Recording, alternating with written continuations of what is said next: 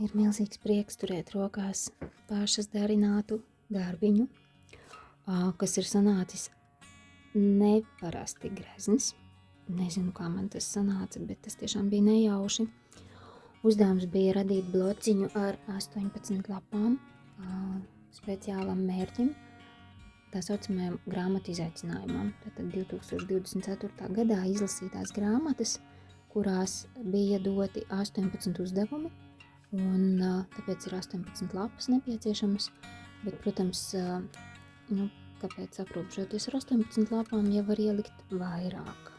Lūk, tad īsumā izskriešu cauri šim savam darinājumam, kas ir tapis manai mammai, jo viņas lasītāju klubiņā kādreiz bija šis gada uzdevums, kādas grāmatas pa šo gadu ir vērts izlasīt, un tad šajā blociņā tiks saglabātas šīs atmiņas par izlasītajām grāmatām.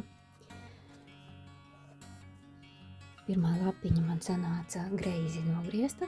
Kā redzams, viņi ir mazliet mazāka izmēra nekā vajadzētu, un es sapratu, ka tāda formāta blociņu es gluži negribētu, ka man vajag drusku lielāku, bet šī sapņainā meitene noteikti ir pelnījusi titulu lapas vietu, un viņa ļoti patīk, un tāpēc, viņa paliek arī nepareizi izgriezta, viņa tik un tā paliek galvenajā lomā. Viņa bija sākotnēji domāta kā vāciņš, bet, vāciņš man tagad ir cits. Lūk, tālāk piezīmi lapiņas, kur jau izpaudīsies šī blociņā jaunā īpašniece, bet, es, protams, nevarēju atteikt sev šo prieku arī mazliet paplosīties, un šis dekoratīvais papīrs man atnāca salīdzinoši nesen, kaut kad novembrī es viņu nopirku, un uzreiz sapratu, ka viņš pilnībā atbilst šai grāmatu tematikai, un tāpēc man ir tiešām milzīgs prieks, ka priekš mammas blociņa man savlaicīgi arī atnāca jauna papīra kolekcija, kas tieši noderēja šim mērķim. Te tad arī ir šis saturrādītājs ar numurētiem šiem taisnstūrīšiem, kuros varēs ierakstīt tos kritērijus. Tie kritēriji, tas, ko es spēju atcerēties, bija tas, kad ir jāizlasa grāmata, kas ir izdota pirms tavas dzimšanas. Tad ir jāizlasa grāmata, kas ir tulkota no citas valodas. Un vēl, tātad 18 dažādi šādi kritēriji, visus, protams, neatceros un nebija jau izlasītās grāmatas. Tāpēc arī nezināšu neko vairāk pastāstīt. Bet šeit tad arī ir katram savs numuriņš līdz pat 18, un tad varēs nostiprināt šo satura rādītāju. Greznākais, kas man ir izdevies, ir šīs atvērums, kas tā kā nodalīs ievaddaļu no pēc tam tā satura, ko jau aizpildīs mana mamma. Tie atkal ir šī skaistā meitene, kas sapņaini sēž un vēro, nezinu, ko vēro. Un šī savukārt man ļoti uzrunāja, te ir no 2 atsevišķiem elementiņiem uzsēdināja šo meiteni uz grāmatkaudzes, kas faktiski atbilst šī blociņa pamattēmai. Tad sākās tā sādaļā, kas būs šīs 18 lapas. Ar mammu tik saskaņots, ka dekoratīvā daļa būs vienā pusē un tā aizpildāmā daļa ir šī. Un tiešām šī papīra kolekcija izrādījās absolūti piemērota šim darbiņam un ļoti patīk, kā viņa beigās izskatās, jo tad, kad es šo papīru biju nopirkusi, es viņā biju maksimāli vīlusies, jo viņš tā kā īsti neatbilda tam priekšstatam, ko es biju gaidījusi. Bet redz, kā ir pagājuši vairāki gadi, un šī kolekcija ir sagaidījusi savu zvaigžņu stundu. Tieši šim blociņam viņš ir absolūti piemērots. Tad no atgriezumiem, kas palika pār no šīm lapām, ir arī šādas, kas viņas skaitās mums, kabatiņas, kurās arī var glabāt kaut kādas papildus lietiņas. Un ties es salikusi aizmugurēs balts, un tas nozīmē, ka viņām obligāti nav jāpaliek šādā secībā un šādā kārtībā, un to jau jaunā blociņa saimniece varēs pat izdomāt, vai šie paliek tikai kā dekoriņi, vai viņiem arī būs kaut kāda sava nozīme, ka viņus varēs aizpildīt, un viņi būs kā palīga elements, jo, piemēram, šīs skaistās kartiņas, viņas var arī līmēt virsū. Es nezinu, kā mamma tālāk šo blociņu aizpildīs, bet es esmu iedevusi maksimāli daudz visu kaut ko, kas var palīdzēt radoši izpausties. Un tad, šīs dekoratīvās lapas speciāli ne ar ko neapzīmogoju, neaplīmēju, lai atstātu vietu tam saturam, kas ir paredzēts par konkrēto grāmatu kā apraksts, bet es jau tās grāmatas arī nezinu, kādas viņas ir.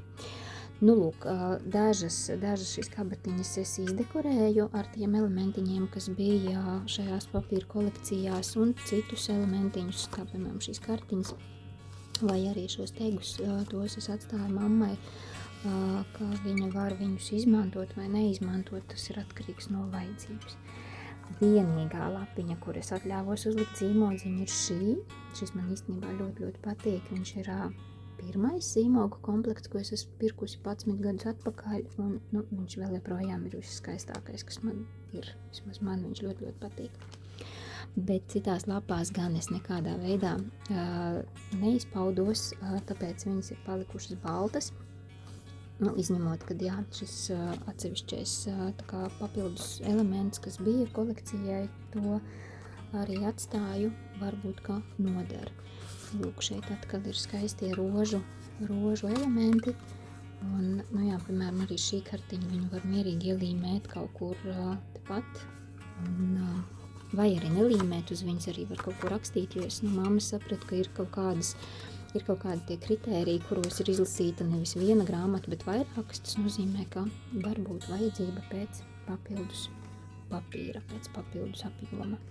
Šis ir skaists stūrītis, kur pašā kolekcijā man viņš likās tāds neīpaši izmantojams, bet šajā atvērumā un šajā blociņā ļoti, ļoti labi iederējās.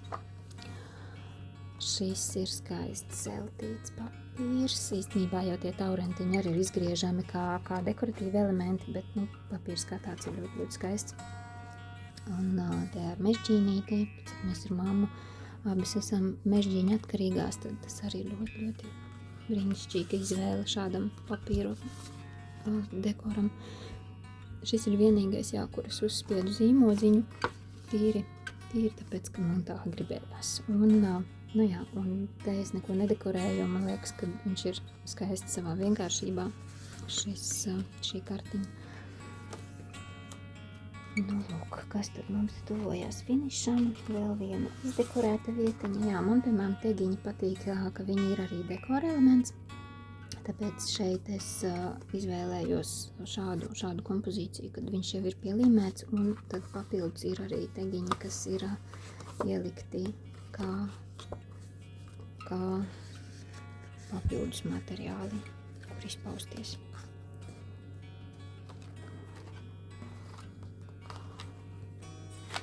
Vēl. Šeit ir tas smukums tajā, kā šo mežģīni var gan kā iekšējo, gan kā šajā gadījumā kā ārmaliņu. Man īstenībā liekas, ka tie ir divi dažādi, bet tas ir viens un tas pats papīrs pārgriezt uz pusēm. Lūk, tā mēs esam finiša taisnē. Te arī es mazliet paplosījos ar zīmodziņiem. Tie arī man ļoti, ļoti patīk. Un šī ir aploksne, maģiskā aploksne, kurā nāk līdzi vēl papildus visādi elementi, kas jau būs mammas ziņā, vai viņus izmantos vai nē. Es zinu, ka viena grāmata noteikti būs par kaķiem, tā kā kaķi es atstāju mammai arī. Tad visi šie izgriezumi ir no papīra kolekcijas, kas ir šeit izmantota. Atsevišķi kaut kādi gabaliņi, kas ir palikuši pāri no atgriezumiem, kas var noderēt kā pamatnītes. Tad vēl man krājumos ir visādi tādi izgriezti elementi. Pat bail atzīties, no kā viņi ir. Tas ir no parastajām olu kastītēm, bet viņi ir tik taktili un tik feini un tik krāsaini, ka noder visādās kompozīcijās. Nu jā, tie izgriezumiņi ir saistīti arī ar grāmatu tematiku, bet ne patiešo, tur markas, ziediņi, šeit arī ir grāmatu kaudzīte, kas var noderēt ilustrācijai par grāmatu aprakstiem. Un, protams, mani mīļie kaķi, kur te bez kaķiem, ziediņi, lai neizbirst. Šīs arī bija kā, īstenībā tas bija no papīra kolekcijas titulu lapas, kur otrā pusē bija izgriežamie ziedi, bet šoreiz es viņus noziedoju tādīs bildītēs, kas man likās ļoti, ļoti skaistas pašas par sevi. Nu, jā, un te ir tad pārpalikumiņi no kaut kādiem atgriezumiem, kas var noderēt dekorēšanai. Lūk, tāds krāšņums vēl ir aploksnē līdzi, lai nav tā, ka tās baltās lapas paliek baltas. Nu, plus vēl arī, ka visi šie dekori jau ir savstarpēji saistīti un saderīgi. Un neko daudz tur vairs nevajag pašam domāt, vajag tikai vienkārši līmēt un priecāties par savu skaisto darbiņu. Nu, lūk, tā mēs esam pabeiguši skatīties šo skaistumu. Vienīgais, kas man ļoti nepatīk, tās atsperītes slikti verās ciet pēdējā lapa, lai neteiktu, ka tagad viņi labi verās, bet kādā brīdī viņš iesprūst. Nu, lūk, un aizmugure, tas ir tāds mans radošais ķēpājums, kas vienu brīdi jau sāk izskatīties visnotaļ slikti, bet beigās man izdevās kaut ko izlīdzināt un radīt šādu hausiņu. Bet vissmukākais ir, protams, šie puķpodiņi un sukulenti, tā ir mana vājība. Vienīgi augi, kas spēj izdzīvot pie manis. Jā, tā kā man ir milzīgs prieks, ka es pieķēros šim darbiņam, milzīgs prieks, ka māma uzticēja man šo savu uzdevumu noformēt tādā veidā.